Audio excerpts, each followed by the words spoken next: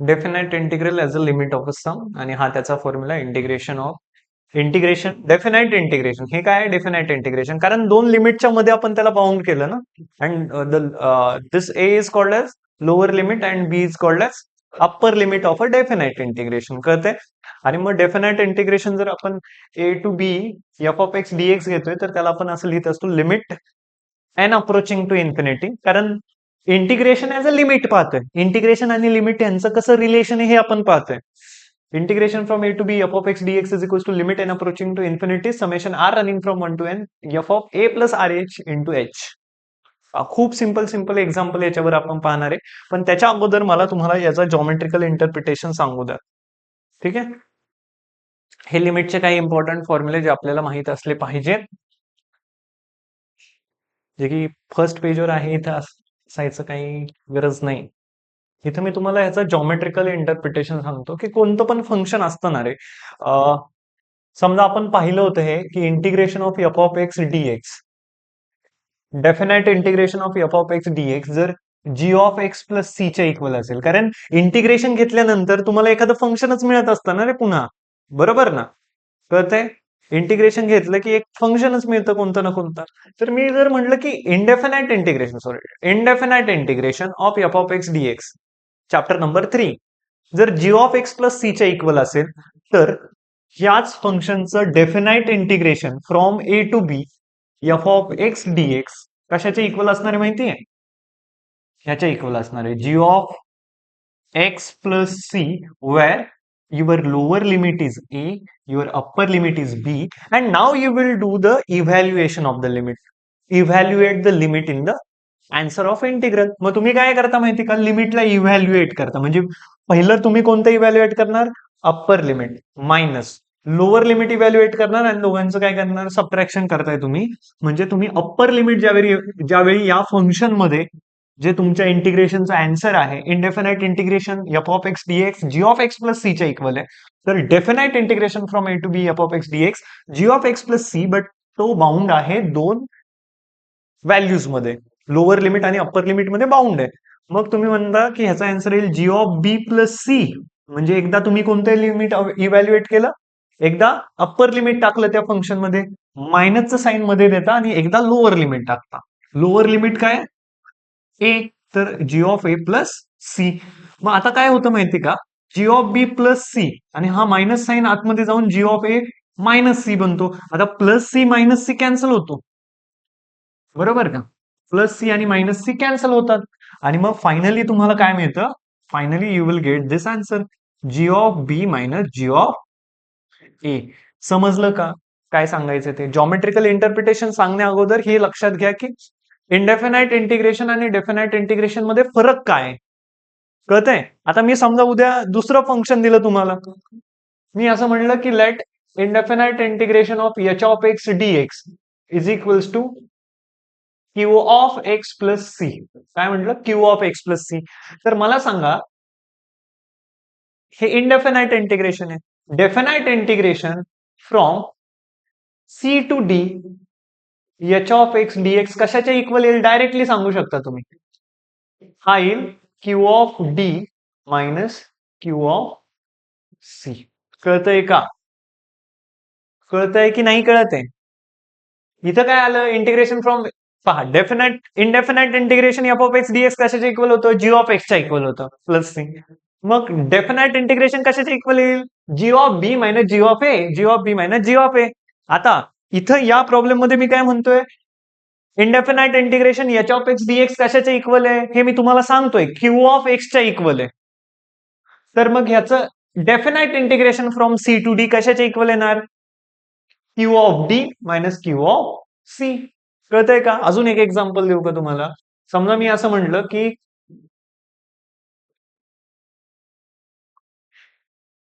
जास्त, हा हा, समजा मी म्हणलं की indefinite integration of S of T dt is equals to R of T plus C. This is the function in T. तर मला सांगा, definite integral from P to Q, from P to Q S of T D T कशाच्या equal असेल? आता हे तुम्ही तर सांग, म्हणजे तुम्हाला जमलंच पाहिजे. कशाच्या इक्वल असेल सांगा? कशाच्या? ह्याचं इंटिग्रेशन काय? R of T. म्हणजे definite integration S of T D टीचं काय येईल? R of Q minus R of P.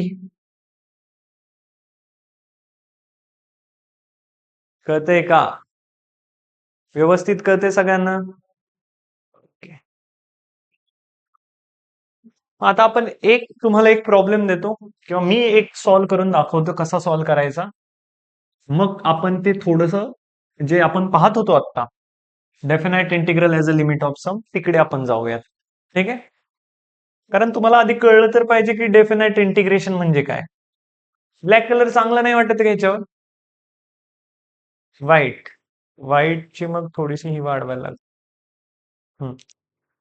आपण एक एक्झाम्पल घेऊ. Integration of X square DX. याचं इंटिग्रेशन काय असतं सांगा? Definite integration X cube by 3 plus C. आता मी तुम्हाला म्हणतोय इनडेफिनाइट इंटिग्रेशन तुम्ही काढलं. आता मी म्हणतोय definite integration from 2 to 5 X square DX काढा. तर मग तुम्ही काय करणार? तुम्ही काय करणार माहितीये? एक्स स्क्वेअरचं इंटिग्रेशन काय? एक्स क्यूब बाय 3 बरोबर. आणि मग त्याला तुम्ही लोअर आणि अप्पर लिमिट लावणार. लोअर लिमिट काय? 2. अप्पर लिमिट काय? 5. आणि मग एकदा अप्पर लिमिट टाकणार मायनस लोअर लिमिट एकदा टाकणार आणि दॅट इज युअर आन्सर. म्हणजे काय करणार तुम्ही? दिस इज इक्वल्स टू एक्सच्या जागी एकदा 5 टाकणार आणि एक्सच्या जागी एकदा 2 टाकणार. म्हणजे 5 cube is 125 upon 3 minus 8 upon 3. 125 minus 8 किती? 117. म्हणजे 117 upon 3 will be the final answer. कळतंय का मला काय सांगायचंय ते?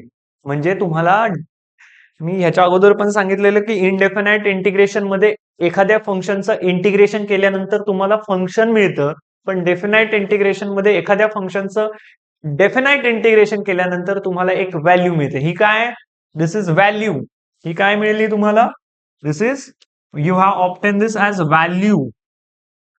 Value. And this is what? This is the function. म्हणजे इनडेफिनाइट इंटिग्रेशनचं आन्सर हे फंक्शन असतं. डेफिनाइट इंटिग्रेशनचं आन्सर ही एक व्हॅल्यू असते. बरोबर. आणि मी तुम्हाला याच्या अगोदर काय शिकवलेलं? याच्या अगोदर मी तुम्हाला म्हटलं की definite integral as a limit of a Riemann sum. बरोबर. म्हणजे मी तुम्हाला असं म्हटलं की integration from A to B F of X DX जे काही आहे ना, हा पण कलर एवढा व्यवस्थित नाही दिसत आहे का?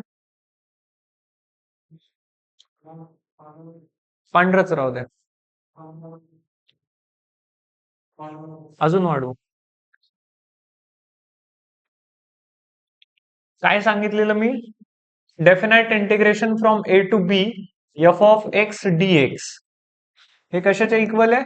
Limit n approaches to infinity. Limit of this limit of a Riemann sum. Riemann sum is what? Summation r running from 1 to n f of a plus rh into h where तुमचा जो h आहे that is equals to b minus a by n. n is variable. Okay. आता पहा,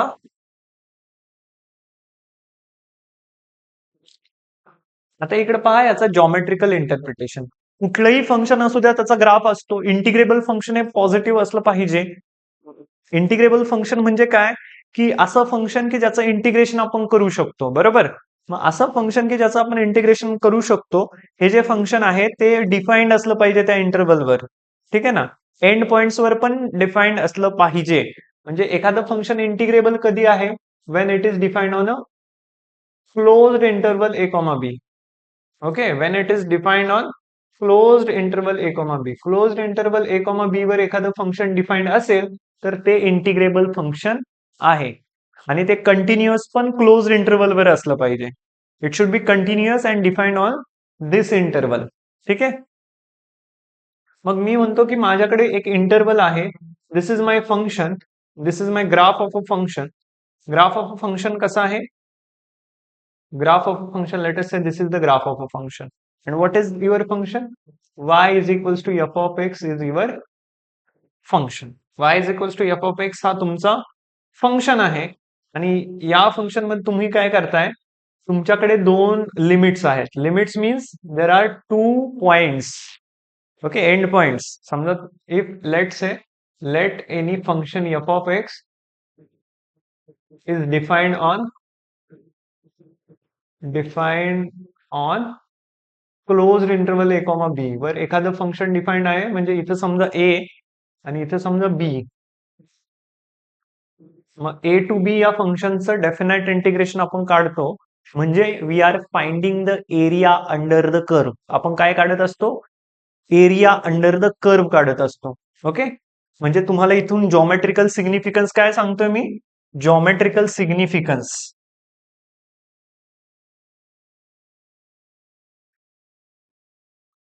geometrical significance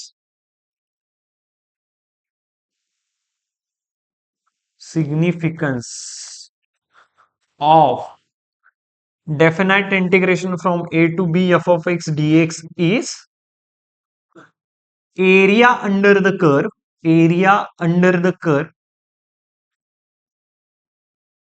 which curve? Y is equals to f of x. Okay, area under the curve y is equals to f of x. Okay, within these limits,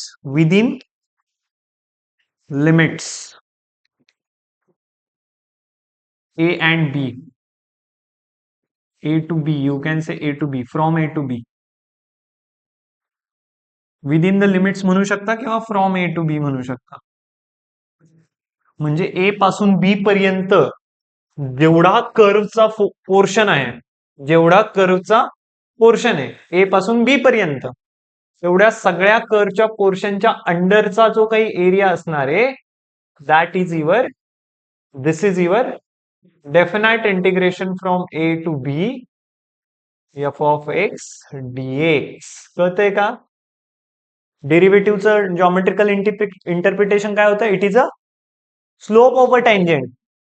definite इंटिग्रेशनचं geometrical significance काय? Area under the curve within those limits, within those upper and lower and upper limits. Are you getting this? मग मला तुम्हाला हे सांगायचंय की geometrical significance हा आहे याचा. बरं, आपल्याला हे limit as a Riemann sum कुठून मिळतं आपल्याला? We can obtain that limit as a Riemann sum from this. आता जॉमेट्रिकल सिग्निफिकन्स कळाला की that is the area under the curve. पण मी म्हणतो की एरिया अंडर द कर्व हे तुम्हाला कुठून कळालं? मी डायरेक्ट तुमच्या समोर मांडली ही गोष्ट. ज्यावेळी मी म्हटलं की derivative as a slope of a tangent, त्यावेळी मी प्रूव्ह करून दाखवलं की स्लोप ऑफ अ टँजेंट का आहे. आपण लिमिटचीच कन्सेप्ट वापरली होती ना तिथं. आपण काय केलं होतं? आपण म्हणलं होतं की that distance approaching to zero, म्हणजे आपण आधी सिकँड कन्सिडर केली होती. अशी सिकँड कन्सिडर केली होती, आठवा? अशी सिकँड कन्सिडर केली होती. इथं होता x1, इथं होता x2.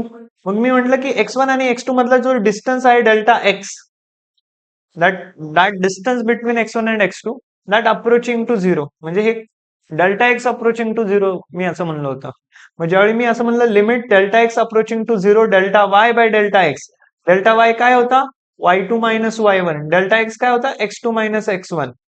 and that you get derivative at this point, at one of the point. Okay, आणि मग तिथं तुम्ही म्हणले होते की derivative as a slope of the tangent. आता इंटिग्रेशनला सुद्धा जॉमेट्रिकल सिग्निफिकन्स जो आहे डेफिनेट इंटिग्रेशनचा, that can be proved by limits, concept of limit.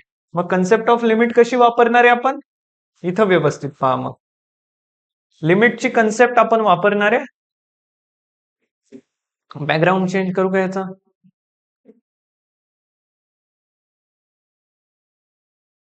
कुठून करायचं बरं? माहिती कोणाला? हे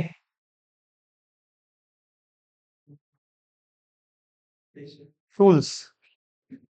मग रायटिंग बोर्ड. रायटिंग बोर्ड नाही रे. हा. कुठं?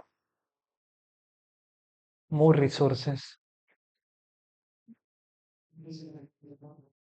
कशामध्ये?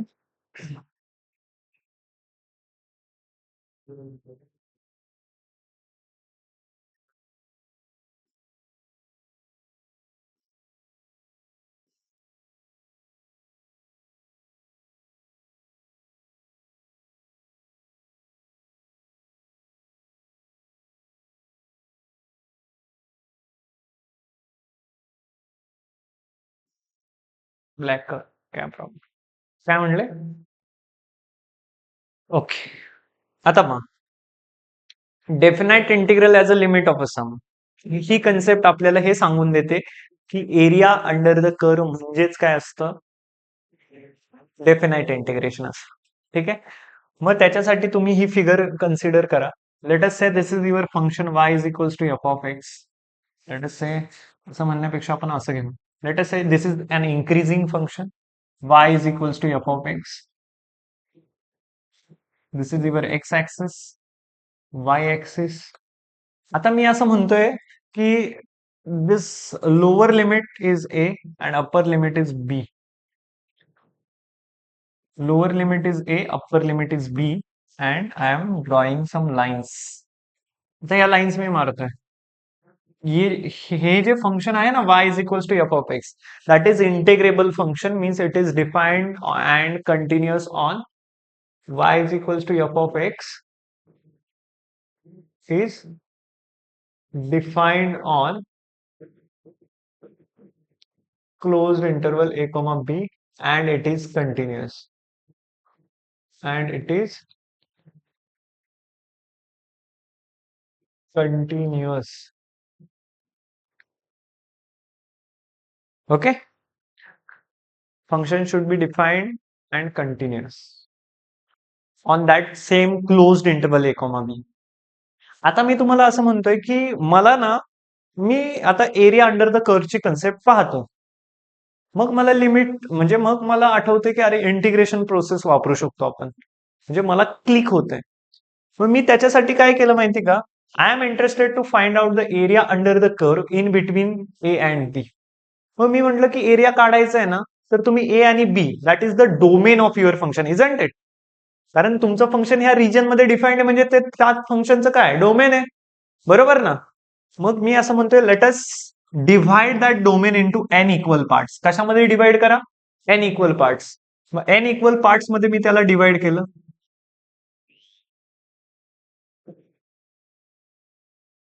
किती पार्ट्स मध्ये? एन इक्वल पार्ट्स मध्ये. लाईन आहे का? Straight line, straight line.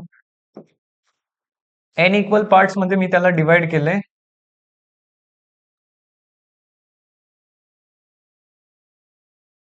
आणि मी अशा स्ट्रेट लाईन मारल्यात. का बरं? कारण मला एरिया अंडर द कर्व पाहिजे, तर मी छोट्या छोट्या एरियाजला काय करत जाणार आहे? ऍड करत जाणार आहे. काय करत जाणार आहे? ऍड. हे जे छोटे छोटे एरियाज मिळतात ना मला, हे जे छोटे छोटे एरियाज तुम्हाला दिसत आहेत, हे जे छोटे छोटे रेक्टँगल्स तुम्हाला दिसत आहेत, रेक्टँगल तर नाहीये कारण खाली असेल this two vertical lines and that horizontal line, किंवा that is the width of the rectangle. पण रेक्टँगल तुमचा हा नाहीये, कारण वरचा पोर्शन पहा बरं, वरचा पोर्शन त्याचा स्ट्रेट लाईन नाहीये. मग आपण काय करत असतो? We approximate the area. म्हणजे ह्या ज्या रेक्टँग्युलर स्ट्रिप्स आहेत, किंवा ह्या ज्या स्ट्रिप्स मी कट केल्यात, म्हणजे डोमेनला कशामध्ये कन्वर्ट केलंय? डोमेनला, domain is divided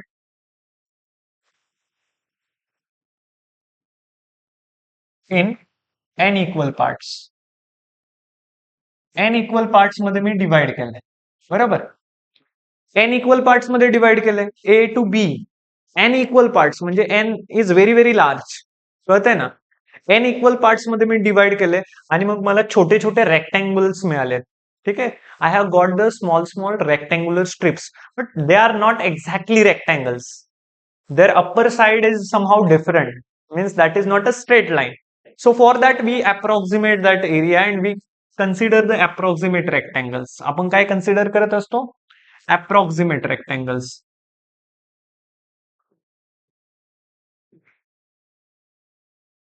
We consider that those as approximate rectangles. काय करत असतो? अप्रॉक्सिमेट रेक्टँगल्स आपण कन्सिडर करत असतो. आणि जर परफेक्ट रेक्टँगल्स म्हणलं की असं होईल हे. कळतंय का? कळतंय का सगळ्यांना? आता मी काय करतोय, मी असे रेक्टँगल्स बनवले एंड रेक्टँग्युलर स्ट्रिप्स मध्ये किंवा एंड रेक्टँगल्स मला इथे दिसत आहेत. आता एंड रेक्टँग्युलर स्ट्रिप्स दिसत आहेत ना. एन इक्वल पार्ट्स मध्ये जर कन्वर्ट, पहा एखादी स्ट्रेट लाईन आहे, त्याचे 3 पार्ट्स बनवले. किती? 3. तर मला अशा किती जागी कट करावे लागेल? 2 जागी कट करावे लागेल, बरोबर. एक एखाद्या लाईनला एखाद्या लाईनचे 3 पार्ट बनवायचे, तर मला किती जागी कट करावे लागेल? 2 जागी. मी ह्याला समजा, ह्याला म्हटलं x1, ह्याला म्हटलं x2, ह्याला म्हटलं x3, तर ह्याला काय म्हणावं लागेल? x4. कळतंय का? समजतंय सगळ्यांना? पण मी ह्याला जर x0 म्हणलं, ह्याला x1 म्हणाल, ह्याला x2 आणि ह्याला x3. कळतंय ना तुम्हाला? तर मी काय म्हणतोय की ही जी कन्सेप्ट आहे ना, limit as a Riemann sum, limit of a Riemann sum, ही इथून येते की तुम्ही तुमच्या डोमेनला n इक्वल पार्ट्स मध्ये काय करता? डिव्हाइड करता. आणि डिव्हाइड केल्यानंतर तुम्ही तो जो काही एरिया अंडर द कर्व आहे त्याला रेक्टँग्युलर स्ट्रिप्सने अप्रॉक्सिमेट करता. म्हणजे दुसरी स्टेप काय? Area under the curve, area under the curve is approximated. व्यवस्थित लक्ष द्या, तुम्हाला कन्सेप्ट कळणं खूप गरजेचं आहे. Area under the curve is approximated by rectangular strips. Rectangular strips. Rectangular स्ट्रिप्सने तुम्ही काय करताय? एरियाला काय करताय? अप्रॉक्सिमेट करताय, डिव्हाइड करताय. But because of that we over estimate or we might under estimate. आपण काय करतोय? ओव्हर एस्टिमेट करतोय. जर असं असं करतोय ना आपण, हे पहा,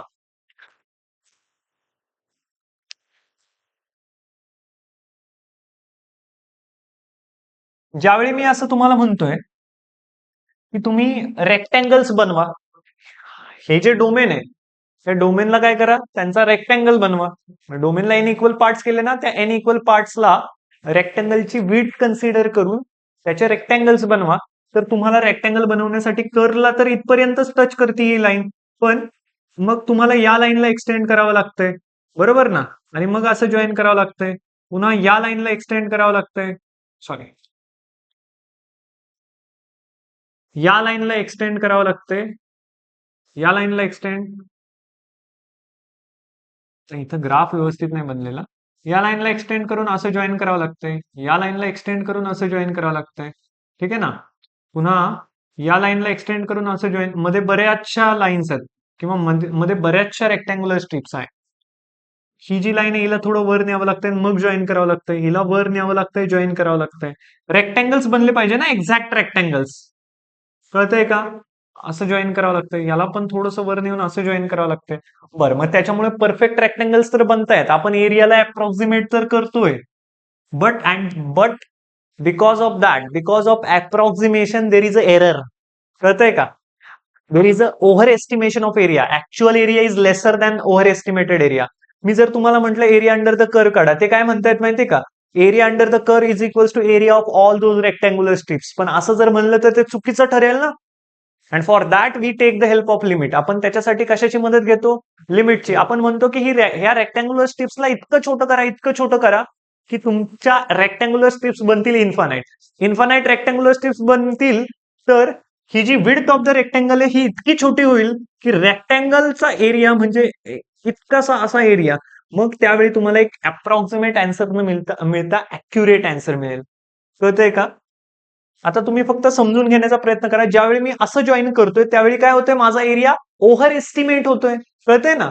पण ज्यावेळी मी असं करेन, ज्यावेळी मी असं जॉईन करेन, ह्याला ह्याच्याशी किंवा ह्याला ह्याच्याशी जॉईन केलं, त्याच्यानंतर ह्याला ह्याच्याशी जॉईन केलंय, ह्याला ह्याच्याशी जॉईन केलं, ठीक आहे ना, ह्याला ह्याच्याशी जॉईन केलंय, ह्याला ह्याच्याशी जॉईन केलं आणि ह्याला ह्याच्याशी जॉईन केलं.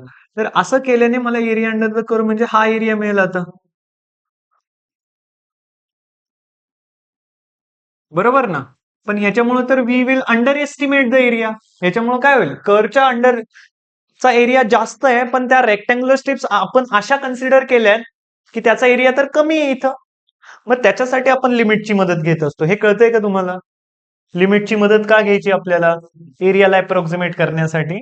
आपण काय करतोय, आपल्या डोमेनला एन रेक्टँग्युलर स्ट्रिप्स मध्ये आपण तोडतोय किंवा डिवाइड करतोय. मग आपल्याला रेक्टँग्युलर स्ट्रिप्स मिळत आहेत. किती मिळत आहेत? N rectangular. अरे जर आपण डोमेनला एन रेक्टँग्युलर स्ट्रिप्स मध्ये काय केलंय, डिवाइड केलंय, तर एन आपल्याला स्ट्रिप्स मिळत आहेत. बरोबर आहे. आता ह्या ए ला सध्या मी काय म्हणलंय, किंवा ह्या दोघांमधील जे काही डिस्टन्स आहे दॅट इज द विड्थ. आणि मी काय म्हटलंय, domain is divided into N equal parts. डोमेनला जर एन इक्वल पार्ट्स मध्ये डिव्हाइड केलंय, तर ह्या प्रत्येक रेक्टँगलची विड्थ ही काय असणार आहे? सेम असणार आहे. डोमेनला एन इक्वल पार्ट्स मध्ये डिव्हाइड केलंय ना, म्हणजे width of each rectangle, width of each rectangle is same. प्रत्येक रेक्टँगलची विड्थ कशी आहे? सेम आहे. बरोबर. म्हणजे त्या विड्थला समजा मी एच म्हणलं. काय म्हटलं? H. Let H is width of rectangle. Width of rectangle. H काय? विड्थ ऑफ रेक्टँगल आहे. म्हणजे हे एवढं आहे ना, हे एच आहे. हे एवढं पण एच, हे पण एच, हे पण एच, असं करत करत हे पण एच, हे पण एच. कळत आहे? कळत आहे सगळ्यांना? तर हे सारखे सारखे एच लिहायची गरज नाही, म्हणून मी एकच एच ठेवतो इथं. कळत आहे?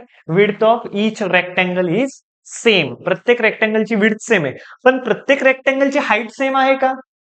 नाहीये. ह्या रेक्टँगलची हाईट मी ही कन्सिडर करेल, पहिल्या रेक्टँगलची. दुसऱ्या रेक्टँगलची हाईट मी ही कन्सिडर करेल. तिसऱ्या रेक्टँगलची हाईट मी ही कन्सिडर करेल. So that I am over estimating the area. आपण एरियाला काय करतोय? ओव्हर एस्टिमेट करतोय. ह्या रेक्टँगल, हा जो रेक्टँगल आहे ना, दुसऱ्या रेक्टँगलची हाईट ही, तिसऱ्या रेक्टँगलची हाईट ही, चौथ्या रेक्टँगलची हाईट ही, आणि nth रेक्टँगलची हाईट ही. कळतंय? मग मी तुम्हाला असं म्हणतोय, असं विचारतोय मी तुम्हाला, की हा ए तर हा कोऑर्डिनेट काय असेल? ए प्लस एच असेल? असेल का? हा कोऑर्डिनेट काय असेल? ए प्लस टू एच. बरोबर. म्हणजे दुसऱ्या रेक्टँगलचा एंड ए प्लस टू एच ने होतोय, तर nth रेक्टँगलचा एंड कशाने होईल? ए प्लस एन एच ने. तिसऱ्या रेक्टँगलची हाईट काय? ए प्लस थ्री एच. कळतंय का? सगळ्यांना कळतंय? आता पहा, आता तुम्ही म्हणताय की तुम्ही रेक्टँगलची विड्थ तर एच घेणार आहे प्रत्येक रेक्टँगलची, पण प्रत्येक रेक्टँगलची हाईट वेगवेगळी आहे. ह्या रेक्टँगलची जी काही हाईट आहे ना, ह्या रेक्टँगलची हाईट, पहिल्या रेक्टँगलची हाईट व्यवस्थित पहा. पहिल्या रेक्टँगलची हाईट आहे F of A plus H. मान्य करताय की नाही करत आहे? अरे Y coordinate means F of A plus H, that is the height of that rectangle. दुसऱ्या रेक्टँगलची हाईट आहे F of A plus two H. मान्य करताय का? तर nth वाल्या रेक्टँगलची हाईट काय असणार आहे? F of A plus N H. बरोबर ना? सगळ्यांना कळतंय? आता मी म्हणतोय की तुम्हाला काय करायचंय, या सगळ्या रेक्टँगलचा एरिया काढायचा आहे. मग तुम्ही म्हणणार की area of all rectangular strips, area of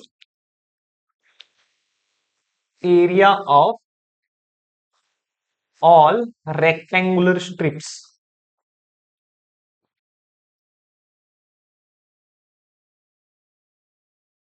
सगळ्या रेक्टँग्युलर स्ट्रिप्सचा जो काही एरिया आहे ना, तो येणार आहे, व्यवस्थित पहा, तो येणार आहे पहिल्या रेक्टँगलची विड्थ. एरिया काय असतो रेक्टँगलचा? Width into height.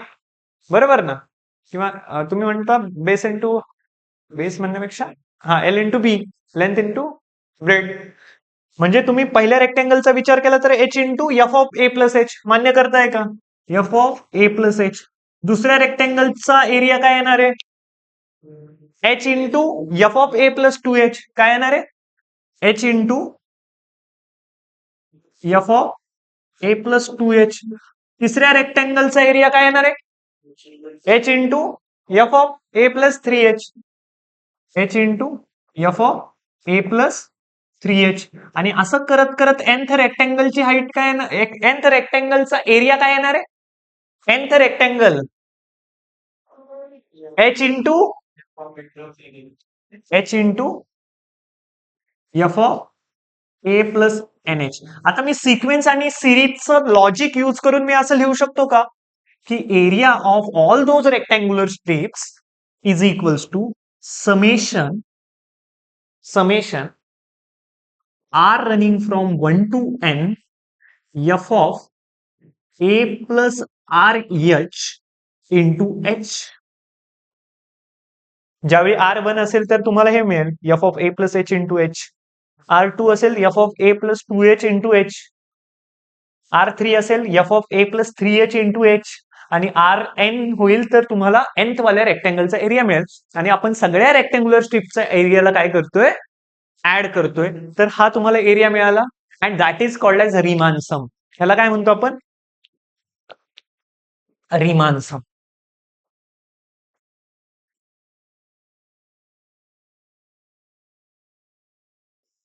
ओके, ठीक आहे. Riemann sum. आता मी म्हणतो की अरे that is over estimated area. कळतंय का तुम्हाला? अरे हा तर ओव्हर एस्टिमेटेड एरिया आहे. वरची टोकं तर एक्स्ट्रा येत आहेत ना. अरे एरिया ज्यावेळी म्हणतोय मी त्यावेळी ही वरची टोकं, ही पिवळी टोकं जी तुम्हाला दिसतात ही तर एक्स्ट्रा येत आहेत. मग याच्यामुळे तर आपण एरियाला जास्त कन्सिडर केलं. पण मी म्हणेल की नो, वी हॅव लिमिट. आपल्याकडे लिमिटची कन्सेप्ट आहे आणि लिमिटच्या मदतीने आपण काय करू शकतो? ह्या रेक्टँग्युलर स्ट्रिप्सला तुम्ही म्हणता ना एन रेक्टँग्युलर स्ट्रिप्स बनवा. मी म्हणतो की त्या ज्या एन रेक्टँग्युलर स्ट्रिप्स बनवल्यात तुम्ही त्याला इन्फानाइट कन्सिडर करा. किती कन्सिडर करा? मग प्रत्येक रेक्टँगल न दिसता एक स्ट्रेट लाईन दिसेल. खूप छोटे छोटे रेक्टँगल्स. मग त्याचं जर लिमिट घेतलं तर मला अप्रॉक्सिमेट एरिया मिळेल. ठीक आहे ना? तर मी तुम्हाला इथं दाखवण्याचा पण प्रयत्न करतो. युट्यूबवर नेऊ का तुम्हाला किंवा गुगलवर मी असं सर्च करतो की ॲनिमेशन ऑफ. ओपन नाही झालं हे.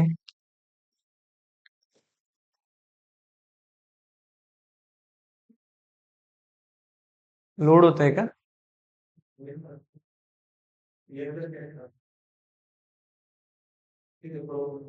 हा,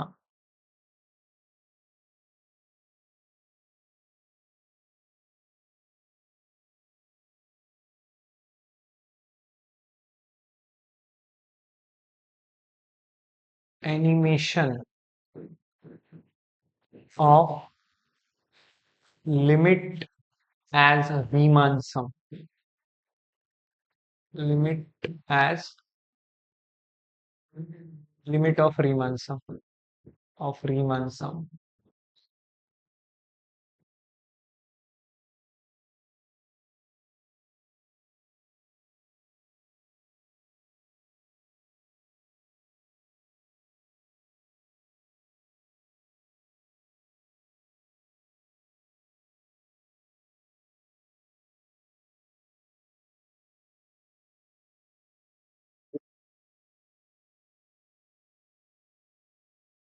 हे पहा, हे function, graph of a function. Rectangles पहा किती छोटे छोटे रेक्टँगल्स आपण बनवत गेलो. कळतंय का? असं होतंय ज्यावेळी इन्फानाइट रेक्टँगल करतोय आपण त्यावेळी. कळतंय का? ज्यावेळी एक रेक्टँगल. हा, Elements, suppose you are given a function f of x, you need to find. हा. पहा एक रेक्टँगल.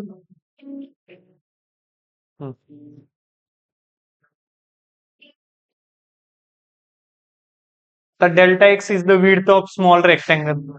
डेल्टा एक्स विड्थ आहे. पण ह्या डेल्टा एक्सला इतकं छोटं केलंय, बरोबर? म्हणजे ह्या रेक्टँग्युलर स्ट्रिप्स आपण इतक्या जास्त घेतल्यात की त्या इन्फानाइट आहेत. मग पहा कसं होतंय. हळूहळू पहा कसे वाढत वाढत चाललेत ना रेक्टँगल्स. रेक्टँगल्स कधी वाढतील? ज्यावेळी आपण ही रेक्टँग्युलर स्ट्रिपचे जे काही तुकडे आहेत ते खूप छोटे छोटे छोटे छोटे करत जाऊ.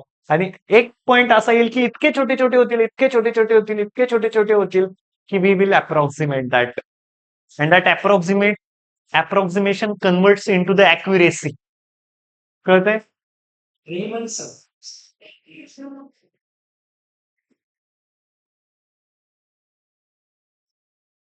फोर सब डिव्हिजन.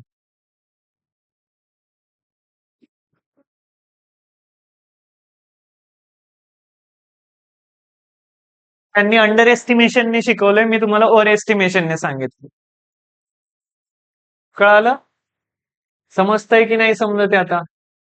कन्सेप्ट समजणं इम्पॉर्टंट आहे. आपला बराचसा टाइम गेलाय, मला माहिती आहे, जवळपास 1 तास. But concept is very important. I hope तुम्हाला कळलं असेल की डेफिनाइट इंटिग्रेशन म्हणजे एरिया अंडर द कर्वच का, आणि त्याला लिमिटने कसं आपण दाखवतो. म्हणजे आता मी तुम्हाला म्हणेल की ही जी रिमान सम तुम्ही काढली आहे ना, ही जी रिमान सम काढली आहे त्याचं काय घ्यायचंय आता, limit N approaching to infinity. N काय पहा, n is equals to number of rectangular strips, number of rectangular strips बरोबर का, strips, number of rectangular strips. h काय, h width of rectangular strips, width of rectangular strip ची width आहे ना, h is the width. Okay. and f of a plus nh काय, it is, किंवा f of a plus rh, it is a height of nth rectangular strip, बरोबर. आणि हा जो h आहे ना, तो कसा मिळतो, b minus A upon N. पहा तुम्ही, तुम्हाला जर कळत नसेल बी minus A upon N, H काय, बी मायनस ए अपॉन एन. आता त्याच्यासाठी मग तुम्हाला दाखवावं लागेल इथं, समजा हा 1 आहे, 2 आहे, 3 आहे, 4 आहे, 5 आहे. मी ह्याचे किती तुकडे केलेत, 1 2 3 4, 4 पार्ट्स केलेत मी.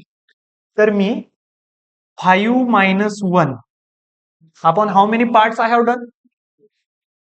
How many parts I have made? 4 parts I have made. अरे तो 5 is the last, 1 is lower limit, 5 is upper bound. Okay, upper limit.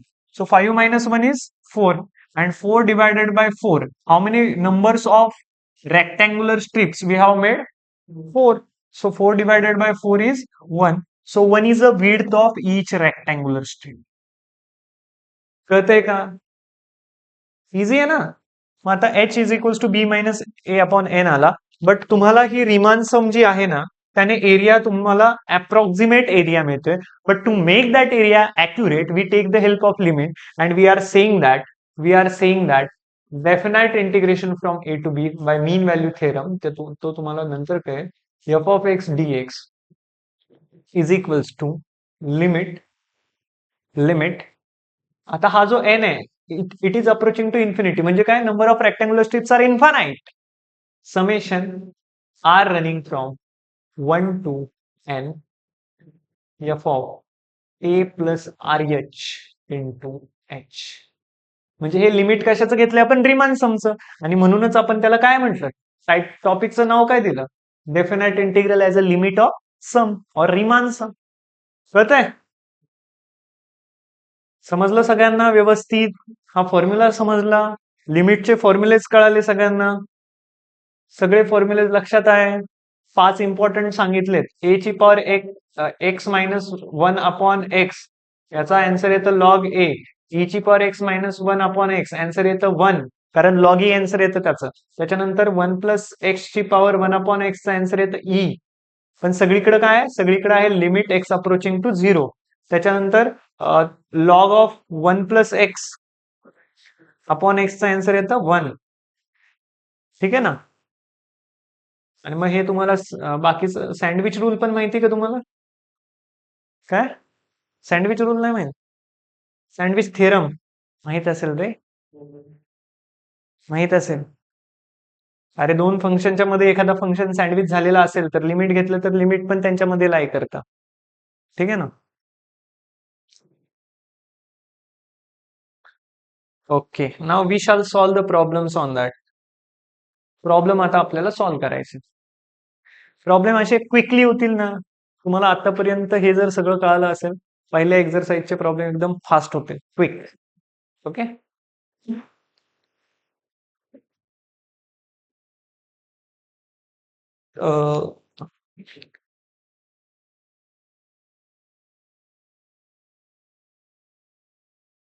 पहिलंच फिजिक्स वाला येतोय बाबा. बुक कुठे गेलं? हा, त्याच्यानंतर हे बुक.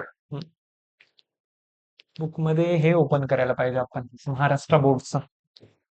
महाराष्ट्र बोर्ड, तो फॉर्म्युला पुन्हा लिहा तुम्ही. चला, काय ब्रेक घ्यायचा?